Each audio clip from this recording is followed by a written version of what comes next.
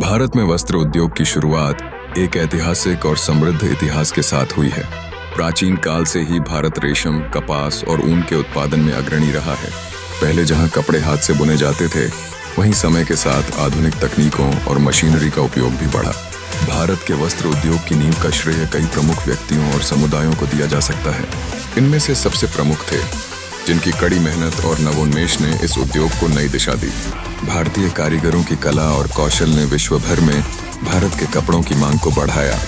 कपड़ा उद्योग का एक महत्वपूर्ण मोड़ अमेरिकी व्यापार के विस्तार और औद्योगिकीकरण के दौरान आया। 19वीं शताब्दी में भारत में कई कपड़ा मिलों की स्थापना की गई, जो स्थानीय और अंतर्राष्ट्रीय बाजारों के लिए उत्पादन करने लगी। उद्योग के विकास में स्वतंत्रता संग्राम का भी एक बड़ा योगदान था। इसे भारतीय वस्त्रों के निर्यात को बढ़ाने का एक साधन समझा गया। महात्मा गांधी ने खादी को बढ़ावा देकर भारतीय वस्त्र उद्योग को आत्मनिर्भरता की दिशा में अग्रसर किया।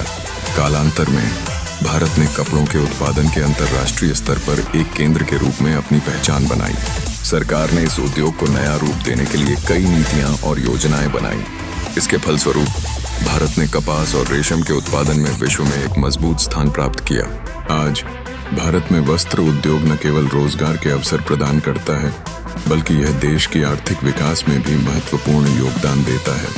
वस्त्र उद्योग की विविधता कपड़े, हैंडलूम, जूट जैसे विभिन्न क्षेत्रों में फैली हुई है, जिससे भारत की सांस्कृतिक विरासत का संरक्षण होता है।